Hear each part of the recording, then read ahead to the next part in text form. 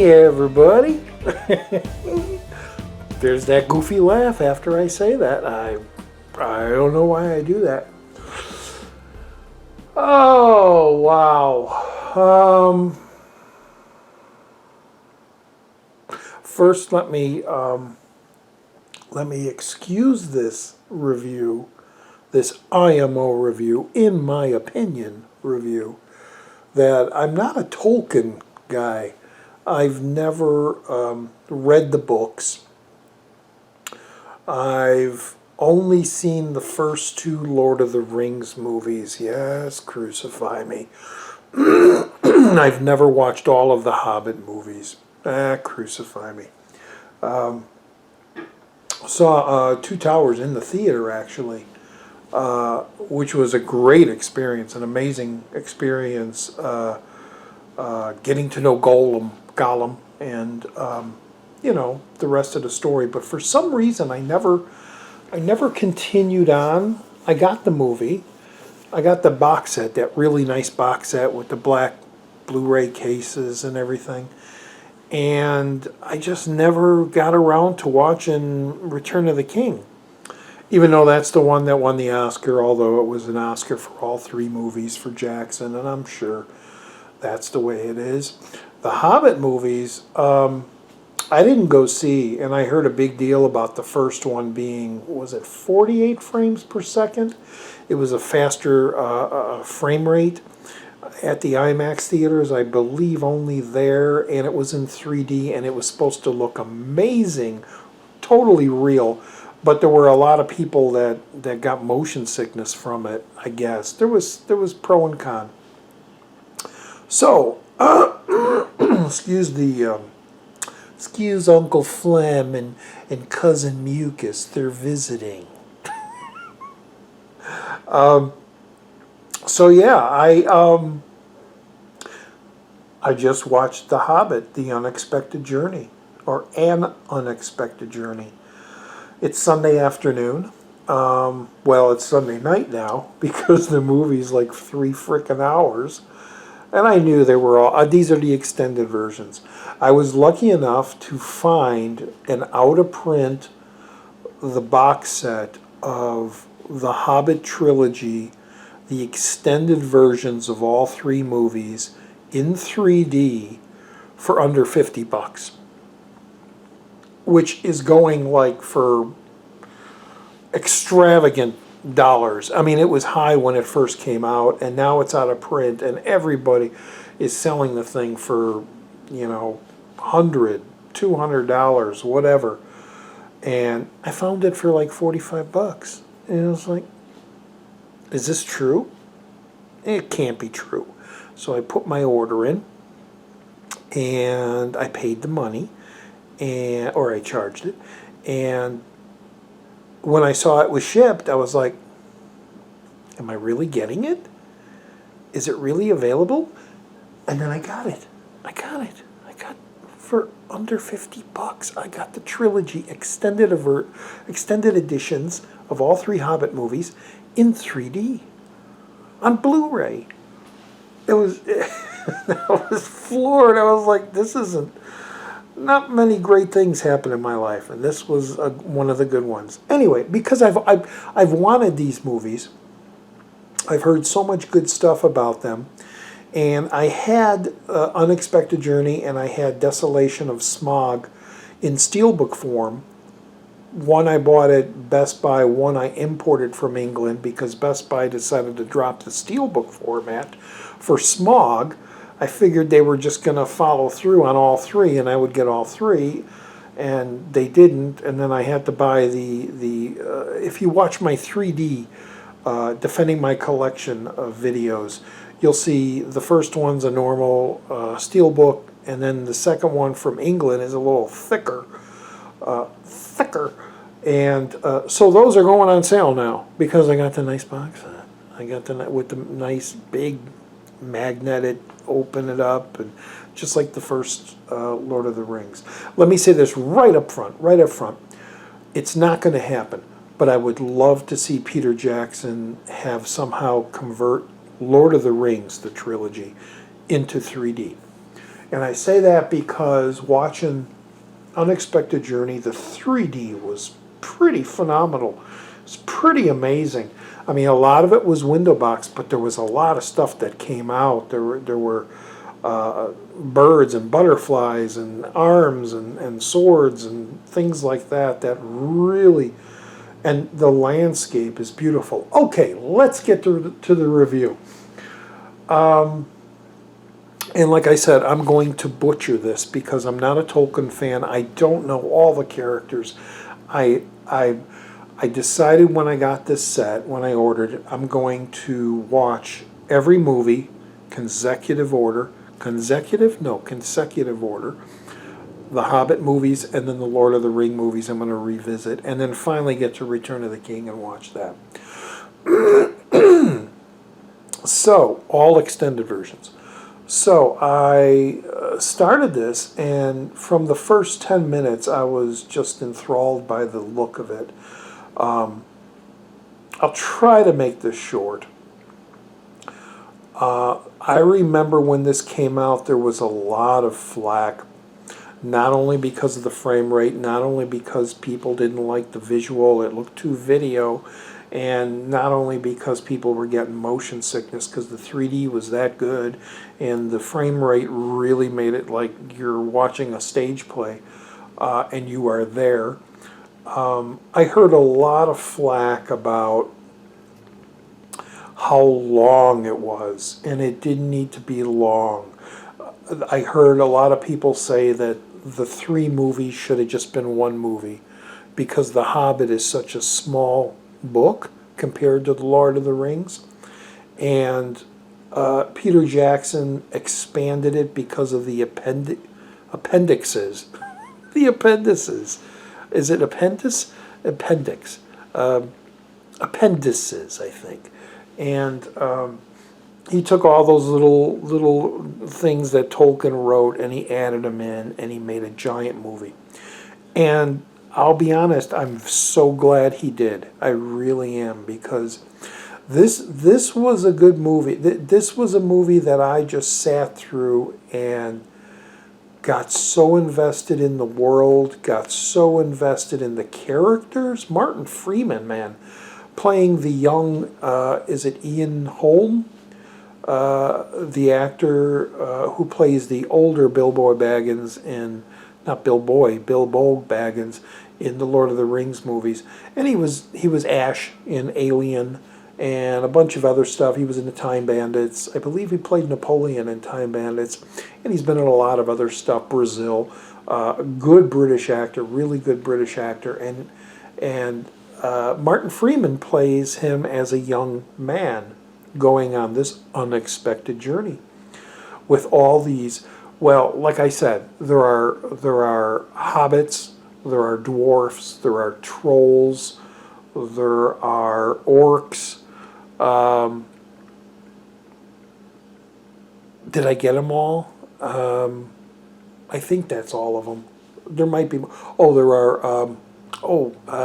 What are the Kate Blanchett plays the queen? Not fairies. What are they called? Again, like I said, this is going to be a weird thing because I don't know anything about this. So, but I just watched it and I followed the story along, and I think I got it all pretty much. But movie-wise, it's a journey, and there's a lot of walking, and there's a lot of talking, a lot of walking and a lot of talking, and every once in a while you get this grand Peter Jackson action sequence, just spectacular battle scenes.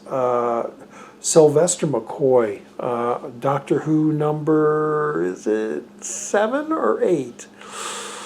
8, 9, 6. I believe he's 6. Because, no, he's 7. Colin Baker was 6. So he was Doctor Who 7. Still looks the exact same way. They really need to put Sylvester McCoy in a double Doctor episode in the new series, because he still looks the same as he did back in the 90s, 80s. He was really cool in this, with his little sleigh pulled by rabbits, being attacked by spiders, evil witchcraft spiders, whatever was going on. And you have the dwarfs and the elves. Elves, that's what they are. The elves were the Kate Blanchett in that. Anyway, I love this frickin' flick. I don't care what anybody says. I'm an old guy, and I like movies that take their time.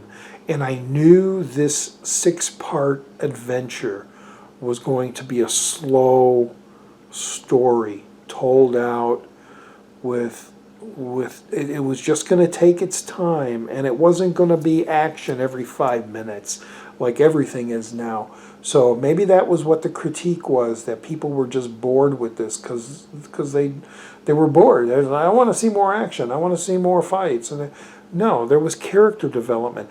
People complained about the dinner scene in Bilbo Baggins' home at the very beginning when he first sees Gandalf. I'll get into Gandalf in a minute. And it just like went on and on, people said. And it was like, why are they spending so much time? It just set up all the characters nice. It was a nice character development. Martin Freeman playing Bilbo is inspired. Like I said, I never read the books, so I have no idea what kind of character he is. But him as an actor, being Watson from the Sherlock show, and in the first season of Fargo, and I've seen him in other stuff before even Sherlock. The Office, he played the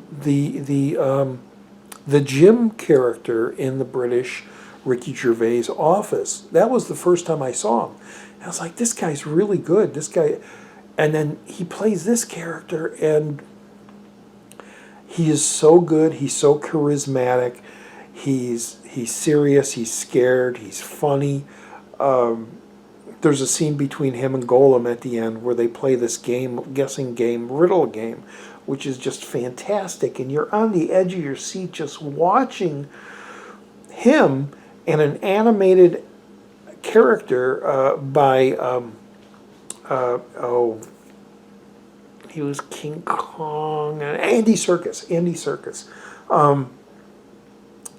And he was also Caesar in the new 8 movies. Motion capture guy. He was fantastic as Gollum. And he's really good in the thing. And it was nice to watch him. Gosh, the set pieces were amazing, man. The rock creatures battling while they're on the ledge, and then as the rock creatures are moving from the mountain, they're on the legs of the rock creatures trying to hold on as they're walking. It fan-frickin-tastic. I don't know if Ray Harryhausen has ever seen this, but I believe Peter Jackson had put a lot of tribute to Ray Harryhausen in this movie, just from like the giant rock creatures and those wolves that are not wolf creatures with the orgs, and then the giant is he a what is that big guy with the big troll? I think he's a troll guy, right? Is he a troll or a goblin? Like I said, I get them all mixed up. I have no idea. But when they're in the underground lair, and he does that weird little song, down, down, down below, and then that scene when they're being chased and they're going through the wooden planks through the bridges, and they're falling, and there's a scene where a part of the plank falls and all the hobbits and Gandalf is on it, and it goes down, and it's like skiing, and then it gets between 2 rocks and it slows down. It's very King Kong like when they're going down into the trench with the logs, with the bugs and everything. I was going to say, that big guy, I could imagine Harryhausen animating that character, you know. The fight scenes are amazing. Gandalf, Ian McKellen. Oh man, he is just spectacular to watch. Just to watch him, even in the slow scenes where he's having conversations around a table with Kate Blanchett, and they're talking subliminally between each other, and he's giving these little like looks, and fantastic. And then he gets in these battle scenes, and he's slicing away, and my God, it's a great character. I can see the fan base of the Tolkien movies and books. I can totally see how this is like up there with Star Wars and Star Trek, where there's a fan base and they love this stuff and they want to go to conventions and dress like these characters. I totally understand it. The 3D was, like I said, pretty damn great. Every once in a while things were coming out of the screen. More of it was back window boxing. But it was just great to see it that way, like I said, with the scenery. Oh my God, I don't know if there's anything else I can say about it. It was just great. The music was great. And then when you get to that scene with Bilbo and Gollum in the underground thing, and you find the precious, and then you get the theme from Lord of the Rings coming in, even though we're not supposed to know about that theme yet.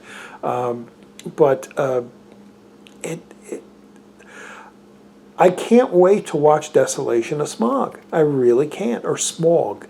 And I can't wait to watch Battle of the Five Armies, just to see how this wraps up, and then go into the Rings movies again. Yeah, I'm a fan. I'm sorry. Those naysayers out there that just don't like it, didn't get it, not didn't get it, but just thought it was not needed. I remember that was another thing. These 3 Hobbit movies weren't needed because Lord of the Rings was so good. Well, starting from the beginning, being a novice, not knowing anything about this story, it was a nice one step up into the story, into the history, into the characters, to continue on to step number 2. And I give it a big thumbs up. I give it 2 big toes up for IMO reviews. I enjoyed it. I didn't find it long at all. Great Sunday afternoon viewing. Started at 3. You're done later. Excuse me. Excuse the belch. It's great Sunday night fare, and I might watch Smaug next Sunday. And then we'll do that every Sunday. We'll watch a Tolkien film, a Rings film. So anyway, that's all I got to say right now. I liked it. Screw the naysayers. Anyways, old Roger D for Channel Donstar IMO reviews. And we will see you in the next video. All right? Bye-bye, everybody. What's that? See you later. Go watch something else.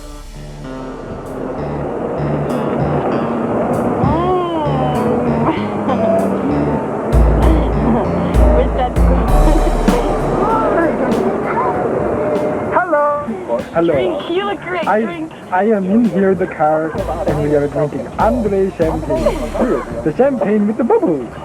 Listen. Bubble, bubble, bubble. You hear the bubbles? Yes, that's champagne. Bubble. Does this make sound? Yeah. Oh, We not drink until car we move, so people will go. This is my TV. Look, he's drinking there. Look.